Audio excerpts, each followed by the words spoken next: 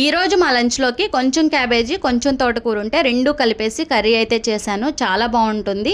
ఇకపోతే మనం నిజాయితీగా చేస్తున్న ఏ పనైనా సరే కొంతమందికి నచ్చొచ్చు, మరి కొంతమందికి నచ్చకపోవచ్చండి. తెలిసి తెలియకుండా కొంతమంది మన గురించి ఏదో ఒకటి అంటూనే ఉంటారు. అలాంటి వాళ్ళ మాటలు పట్టించుకుంటే కనుక మనం జీవితంలో అక్కడే ఆగిపోతాం.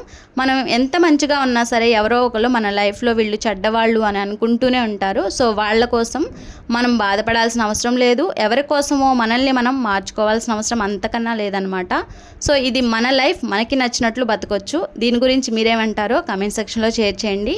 కాయలున్న చెట్టుకే రాళ్ళ దెబ్బ ఎక్కువ అంటారు కదా, అది గుర్తుపెట్టుకోండి. ఇక కర్రీ విషయానికి వస్తే మెయిన్గా అల్లం వెల్లుల్లి పేస్ట్ వేసుకుంటే కర్రీ చాలా బాగుంటుంది. మెయిన్ చపాతీ, రోటీ, వేడి వేడి రైస్లోకి చాలా బాగుంటుంది అనమాట. ఇందులో క్యాబేజీ మంచి ప్రోటీన్స్, తోటకూర కూడా ప్రోటీన్స్ అనమాట. ఎప్పుడు ఈ విధంగా చేయలేదు, ఇదే ఫస్ట్ టైం చేశాను. టేస్ట్ విషయానికి వస్తే చాలా చాలా బాగుంది. మీరు కూడా ఒకసారి ఎప్పుడైనా ట్రై చేయండి. వెళ్తూ వెళ్తూ వీడియోని లైక్ చేయడం మర్చిపోకండి. మరొక మంచి వీడియోతో కలుద్దాం. Bye friends.